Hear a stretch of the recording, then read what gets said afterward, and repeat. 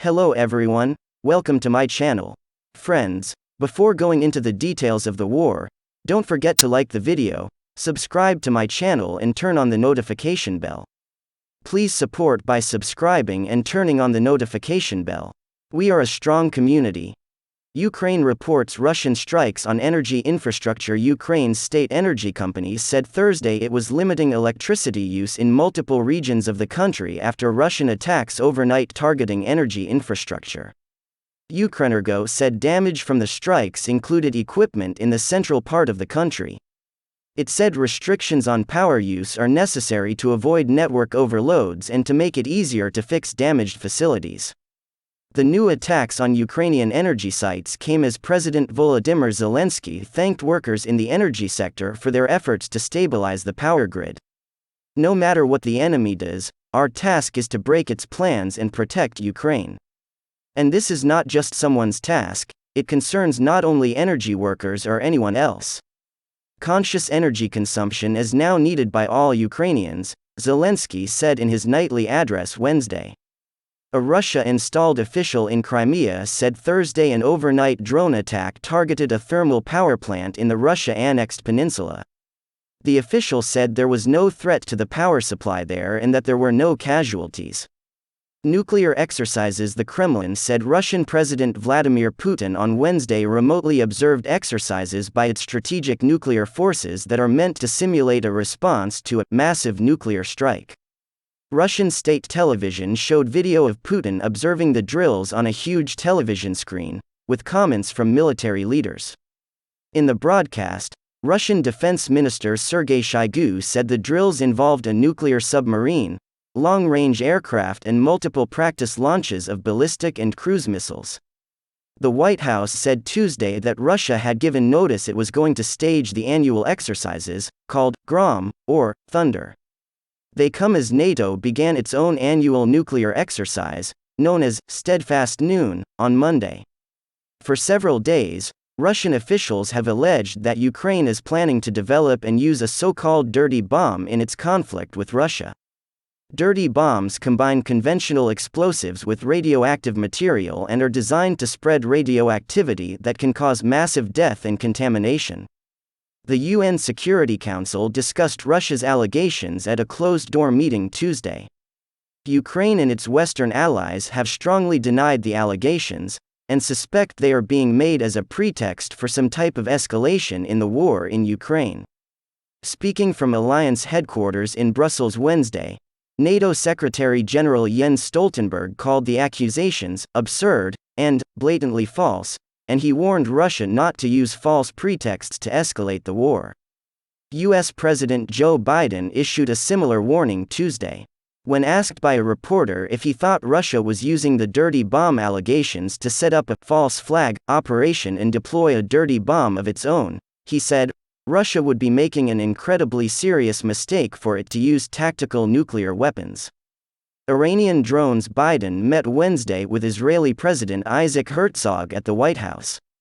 Herzog had indicated he planned to share intelligence with the U.S. president about Iranian drones being used by Russian forces in Ukraine. Herzog's office said Israel has images showing similarities between drones shot down in Ukraine and those Iran tested in 2021. Ukraine and its Western partners have said Russia's recent use of drones to attack Ukrainian cities, including Kyiv, involves Iranian-made Shahed 136 drones. Iran has denied supplying them to Russia, and Russia has denied using them in Ukraine. Kyiv has asked the UN to send experts to examine the debris, and the United States, Britain, France and Germany have also written to the UN supporting an investigation.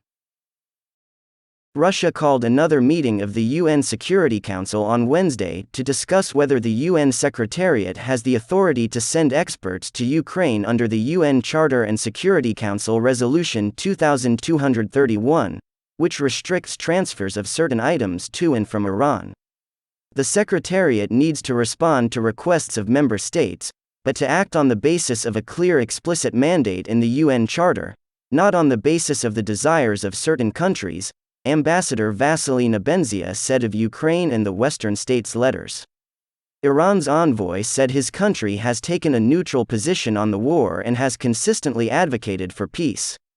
Iran has never provided the parties with weapons for use in the Ukraine conflict, either before or after the conflict, Ambassador Amir Saeed Iravani told council members. The UN's top lawyer told the council that the Secretary General is tasked with reporting twice a year on the implementation of Resolution 2231, including findings and recommendations. Absent further guidance by the Security Council, the Secretary General will continue to prepare these reports in the manner that they have been prepared to date, UN Legal Counsel Miguel de Serpa Soares told the Council. The UN has not said it would deploy experts to Ukraine and has only gone so far as to say it is ready to assess any information a member state provides it, as in past reports. In 2017 and 2021, the UN investigated allegations that Iran supplied drones to Houthi rebels in Yemen, which were used in attacks on Saudi Arabia. Last year, the UN team went to Israel to inspect Iranian drones that had infiltrated Israeli airspace. It is thus well established that it is well within the authority of the Secretary General to investigate allegations of violations of Resolution 2231, U.S. Deputy Ambassador Robert Wood said. Russia has called for yet another council meeting Thursday to discuss its debunked claims that Ukraine and the United States are planning to infect migratory birds, bats and even mosquitoes with lethal pathogens, and then deploy them to infect Russian troops and/or civilians. VOA's UN correspondent Margaret Beshear contributed to this report. Some information for this report came from the Associated Press, Agence France Presse and Reuters. Head of Zelensky's office called for more help from Israel. Head of Zelensky's called for more help from Israel in an interview for the Jewish Chronicle. A lot of people with Jewish nationality are now in the front line. Some of them have been killed, shot or bombed by the Russians. These people are fighting for their country, Yermak said. Russia has become the equivalent of Hezbollah, he said. The Israeli people must understand what we Ukrainians feel, as Israelis have also had to defend themselves.